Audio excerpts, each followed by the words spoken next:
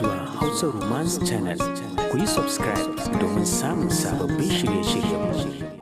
Masoya masu sauraro yau ma gani ɗauke da ci gaban labarin ku na Sign Marriage kashi na 5 wanda barista Fauziya Tasiu Umar ta wallafa ke zuwa muku a wannan tashar taku tare da ni Asa.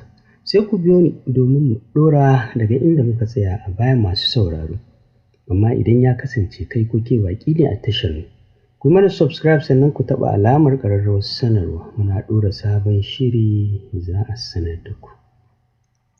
Zama Janet ta ce, ikon Allah, wannan mutum da muskilancin masifa yake. Ki ga yadda ya basar da mu saboda na gama masa aiki? Ajiyar zuciya Kaltum ta ce, ga kyakkyawan gida, ga kyakkyawan miji. Wannan yarinya Allah ya sa kar ta yi wasa da damarta. Amma Jana, anya wannan lamarin babu manufa a cikinsa? Ni fa ta bakin Batulu na tsorata da wannan lamarin. Faɗawa Jana ta yi saman gadon ta ce, wash, nasu ba irin namu bane. Kaltum, ki kwanta kawai ki ci arziki ko ma mu yi a zuciyarsu, Allah ya fi su. Yanzu dai ko yau aka ce Batulu ta bar gidan nan, ai mun dandali arziki, bare da alama wannan gaɗin ya taɓo gurin gautsin. Kin ga yadda ya rikice yana bala'i, kai Batulu ta gamu da aiki. Anti Kaltum da ganinsa ba zai bata da sauki ba. Ci gaba suka yi da tattaunawarsu kafin su haƙura su kwanta. Ita kuwa Batul yana shiga da ita ciki ya ɗora ta a gado ya fara rage mata kayan jikinta. Ba ta da kowane irin ƙarfi a jikinta saboda da gaske zazzaɓin yake na kukusarta. Ya shiga tashin hankali da jin yadda jikinta yake huce. Ya juyo da kanta ta buɗe idanunta ta sauke a kansa. Suka shiga cikin nasa, ta yi saurin lumshe nata. Tun jiya da ta kalli cikin idanunsa ta ji ba ta marmarin ƙara kalla. A cewarta idan aljanu ne da shi. Shi kam ajiyar zuciya ya sauke ya ɗora kansa a ƙirjinta. Har yanzu zuciyar ta bugawa take. Iska ya furzar ya ɗauke ta cik ya shiga da ita bathroom. Ya zara kayan jikinsa da nufin yi mata wanka. A gajiyance ta buɗe bakinta ta ce, ni ka ƙyale ni zan yi. Haɗe bakinsa ya lumshe idanunsa yana fusgo numfashi. Ya kwantar da ita a ƙasan tiles na toilet ɗin. Bayan ya janyo tawul ya shimfiɗa ya ci gaba da tsotsar bakinta tare da tura hannunsa bayanta ya ɓalle botul na bra ɗinta. Lumshe idanunta ta yi hawaye na fin kwarminsu. Ta gaji da ƙoƙarin ƙwatar kanta akan abin da ta riga ta fahimci wayanta ba zai ƙwace ta ba. Sai dai Allah ya shigo lamarinta. Ba ta fahimci me yake yi mata ba sai da ta ji bakinsa a kunnenta ya ce, wallahi duk sanda na dawo gida ko a baya burina kawai na ji na cikin ƙorama. Batul, karki hana ni, ba zan wahalar da ke ba, sannan za ki ji ƙarfin jikinki, vitamin zan baki. Ba ta ba shi amsa ba, ya sanya hannunsa ya fara shafa na shanunta, kawar masa da kai gefe ta har lokacin hawaye take. Ya ɗan miƙe kaɗan ya haura samanta, ya rankwafa ya ɗora lips ɗinsa a kuncinta, yana tsotsa ruwan hawayen ba tare da ta yi aune ba. Ya haɗe bakinsu guri ɗaya ya fara tsotsan lips ɗinta da harshenta kamar yana tsotsan alawa. Ita kam riƙe kansa tana son ƙwace bakinta. Shi kansa lips ɗin nata tsotsar da ya sha jiya ya sa zafi yake yi mata. Shi kam ya riƙe ƙam ya ƙi saki. Sai ma wani lumshe idanu da yake yana yawo da hannunsa a cikinta. Ya cire shi a na shanunta ya sake kama nufin ɗinta yana wani mulmulawa da wani salo na rikita juna. Ita kam azabar da ta ji ya sa ta buɗe baki za ta yi masa ihu.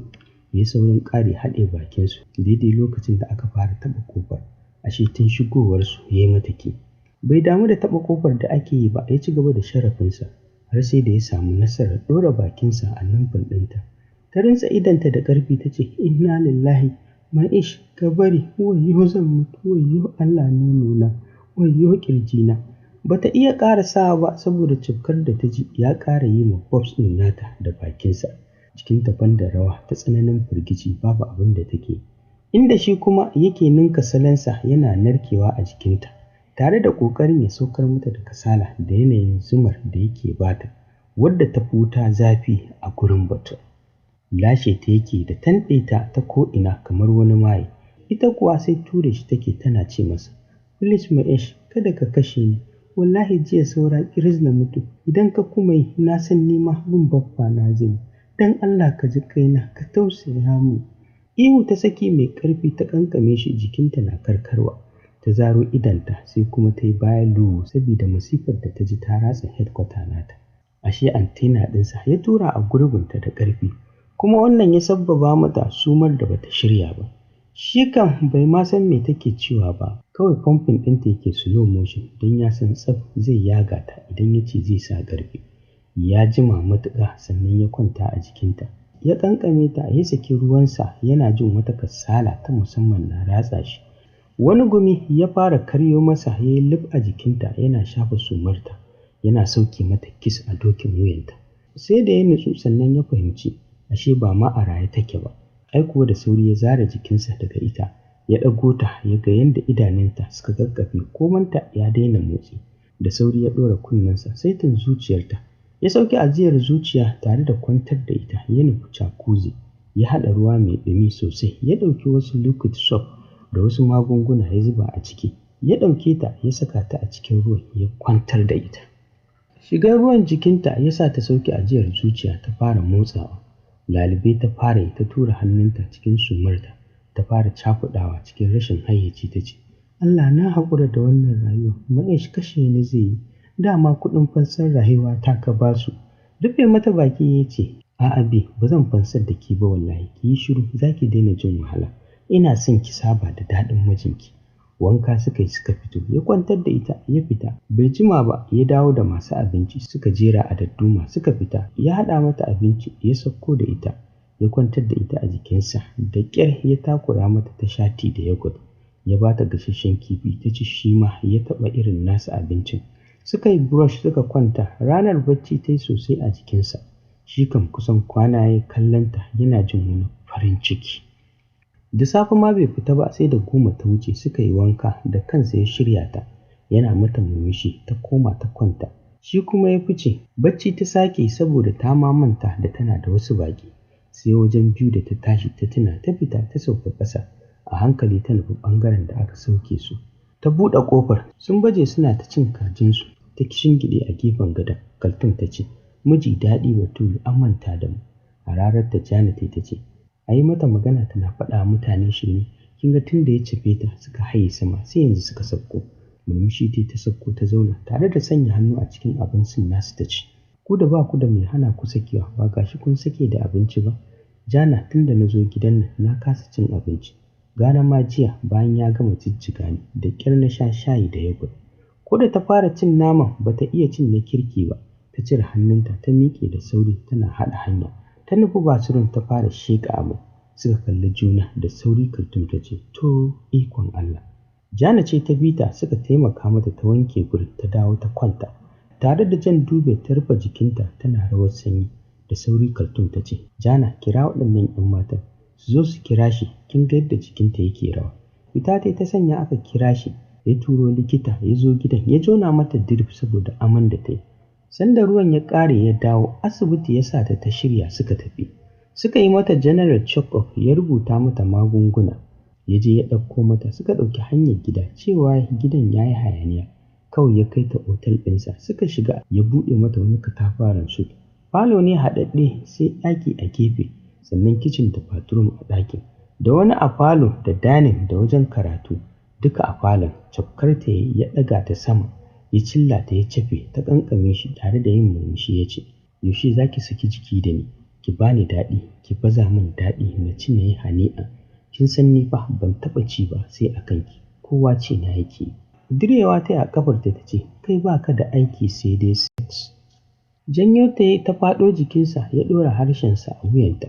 Ya ce, don ma kin ƙi sabawa da an taɓa ki zama patient. Sunsunar ta ya fara ta limshe idanta tana jin tsikar jikinta na tashi da yadda yake hura mata iskar hancinsa. Ya dire hancinsa a daidai nata, bakinsa saitin nata ya kira sunanta da hausarsa. Da alama ya nuna da ita kaɗai yake yin ta. Ta buɗe idanunta suka shiga cikin nasa. Ya limshe nasa ya ce, kina da daɗi ba zan taɓa gajiya da ci daga gare ki ba. Za ki bani yau sau 2. Zaro ido ta ce, sai ka ci abinci. Langwaɓa kai ya ce, ta fi abinci daɗi. Idan za ki bani anytime ba zan ke cin abinci ba kuma ƙiba zan zama big man. Dariya ce ta kubce mata ta ce, duk girman nan naka sa ka fi ƙarfi na, ka yi min girma abinka har maƙogwaro na nake jinta. Saurin rungume ta ya saki ihu yana ƙara shigar da ita ya ce, I'm so happy my Bina ta fara jina a jikinta nan da 2 days za ki fara bani da kanki ko? Noƙe kafaɗa ta ce, a'a ka yi min girma. Lumshe idon sai ya ce, ni ma kin yi min ƙanƙanta. Ba na jin ki idan na danne ki, amma ba zan daina ba. Akwai sweet pussy ɗin black woman. Ba zan ƙara cin wani pussy ba naki ba. Zamewa ta kwanta ya nufi ciki ya cire kayansa ya fito daga shi sai tawul ta zuba masa ido yana takowa gabanta na faɗuwa. Cikin kwana 2 babu wankan da suka yi bai caccake ta ba. Ita kam tsoro take ji. Ɗago ta ya haɗa ta da jikinsa ya zare hular kanta tare da tura hannunsa cikin gashinta na buzaye. Ya ware turkar da ta yi masa guda ɗaya.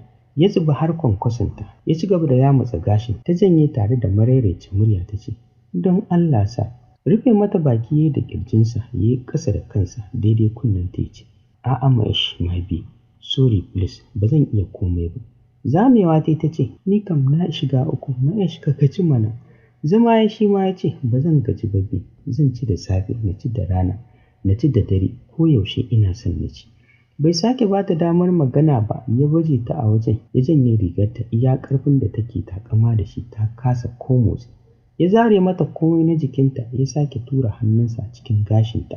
Ya dafe ɗayan da hannunsa ya ɗora bakinsa a kunnenta yana lasa. Ta lumshe idanunta tana fusgo numfashi. Ya maza ya cafki na shanunta ta saki 'yar ƙaramar ƙara. Ya sake narke mata ya ci gaba da tsotsarta yana mulmul ɗayan a hannunsa. Ta saki ajiyar zuciya tare da dafa kansa.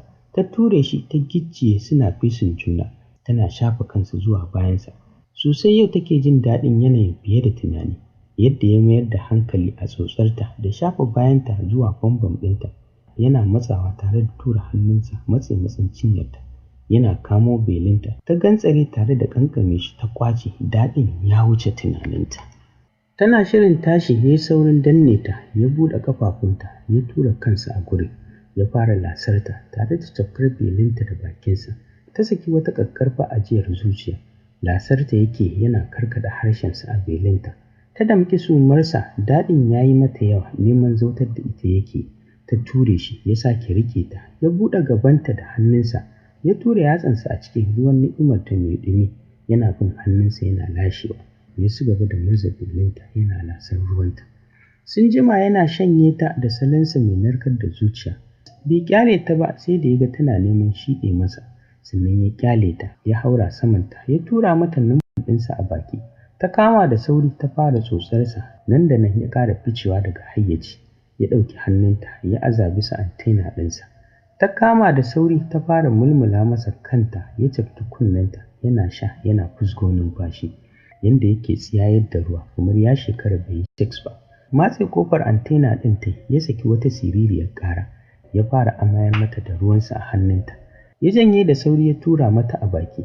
Saurin ture shi ya cafke ta da sauri ya sake tura mata a baki. Sai da ta shanye tsaf ya sa tishu ya goge mata na hannu. Ya ɗaga ta ya yi mata goho ya sake tura kansa a ƙasanta. Sai da ya sake tsuma ta sannan ya fara danna mata antena ɗinsa. Ta cije lips tare da fashewa da kuka. Tana son magana ya rufe mata baki da hannunsa ɗaya. Ɗaya yana kan nishaninta. Yau abin nasa har da mugunta. Da yake mata ya wuce tunaninta. Da ƙarfi yake buga ta, numfashinta har sarƙewa yake saboda azaba. Sai yau ta tabbatar ashe a baya ba komai yake yi mata ba.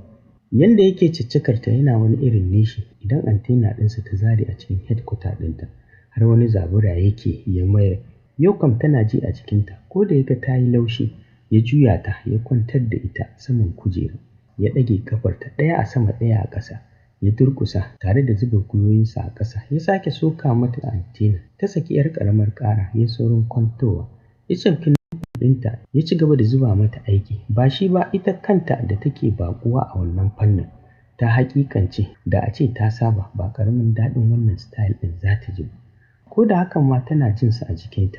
Nishi kawai take tana lasan lips tare da yamutsa tattausar sumarsa. Sun ɗauki lokaci ba su ankara ba. Kiran sallar isha ne ya sanya shi ta ƙarƙarewa ya saki wani iyo tare da ƙanƙame ta. Suka kawo a tare ya sake shigewa jikinta. Kusan minti 30 sannan ya ɗaga ta yana share gumi. Ta sake shigewa jikinsa tana wasa da cibiyarsa zuwa gashin ƙirjinsa zuwa tudun nononsa ƙosassu ba tare da ta san furcin da ya ƙwace mata ba ta ce. Ma'ish tura hannunsa ya a kanta ya sauke ajiyar zuciya ya buɗe baki a fasalance ya ce, ya chocolate wife, Na fara jin daɗi, but ina son wata alfarma. Ɗagowa ya tana kwance a jikinsa ya ce, "Okay, tell me ko menene zan yi?" Ajiyar numfashi dai tana tuna farkon zuwanta gidansa. Abu na farko da ya fara request a gunta shine ta bashi babies, yana son babies. Ji ta yi kamar ta fasa magana amma ba ta son ta ɓata gobanta. Ita kan ba ta yarda da sign marriage ɗin nan ba. Kawai dai ƙarfi da yaji ya mashe ta gurin hutawarsa. Zuwa yanzu ita ma ta yarda tana buƙatar mai sosa mata wannan guri da kullum take wankewa ta sanya masa pant. Magana mana be, ajiyar zuciya ta gyara kwanciya ta ce, "Ina jin tsoron samun ciki a wannan rayuwa. Ka yarda ka yi min wata dabara da za ta hana ni ɗaukar ciki. Ma'aik, duk da cewa ban taso cikin gata ba, na san future na mai ƙarko ne tunda da cikakken aure aka haife ni. Kasancewar mu musulmi a wannan rayuwar da kaddara ta zaɓa mu ba zan iya." Shit! Ya faɗa yana ɗora hannunsa a bakinta ya ce, "Ki bar faɗa, babu komai a ciki, ni ina so zan yi wa abuna gata. Bi, kin san yadda nake son na zama dadi kuwa." Ture shi ta ya cafko hannunta ya ce, "Seriously ina so na baki ki karɓa. Komai kike so shi zan yi miki. Kar ki ƙi kin ji?" Ɗaga masa kai ta miƙe ta nufi bathroom ɗin yana binta da kallo. Ruwa ta haɗa ta shiga ciki. Ta jima tana dafa da kanta tana tunanin makomar wannan rayuwar. Yanzu idan suka mutu duka sun tafi matsayin mazinata kuma saboda ƙarfin Halima shi so yake su samar da abin da zai ƙare rayuwarsu yana tuhumar su. Ita kam bata san yadda za ta yi ta goce wa samuwar ciki a jikinta. Da wannan ta fito bayan ta wanke kanta ta tsaya a bayansa yana tsaye ta zuba masa idanu. Waya yake yadda ta ji yana ɗaga murya ne yasa ta fahimta ba cikin kwanciyar hankali yake ba.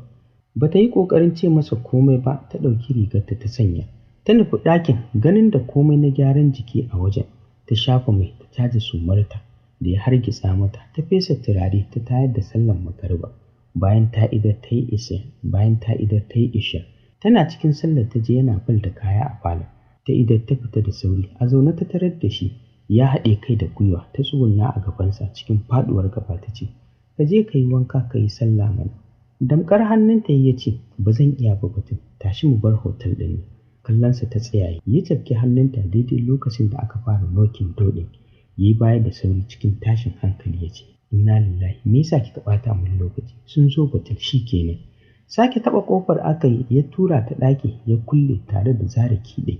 Ya buɗe ƙofar. Wasu mutane ne su biyar. Ya zuba idanunsa kan mahaifinsa ya ce, "Na faɗa muku babu ita a nan, tana gida." Masu sauraro, mu haɗa shirinmu na gaba domin ku ji ci gaban wannan labarin naku na Sign Marriage. Wadda taku Barista Fauziya Tasi'u Umar ta wallafa, Asa yake karanta muku a wannan tashar taku. Idan kai kuke ya kasance baki a tashar, ku yi mana subscribe sannan ku taɓa alamar ƙararrawar sanarwa. Muna ɗora sabon shiri za a sanar da ku. Masu sauraro, bye.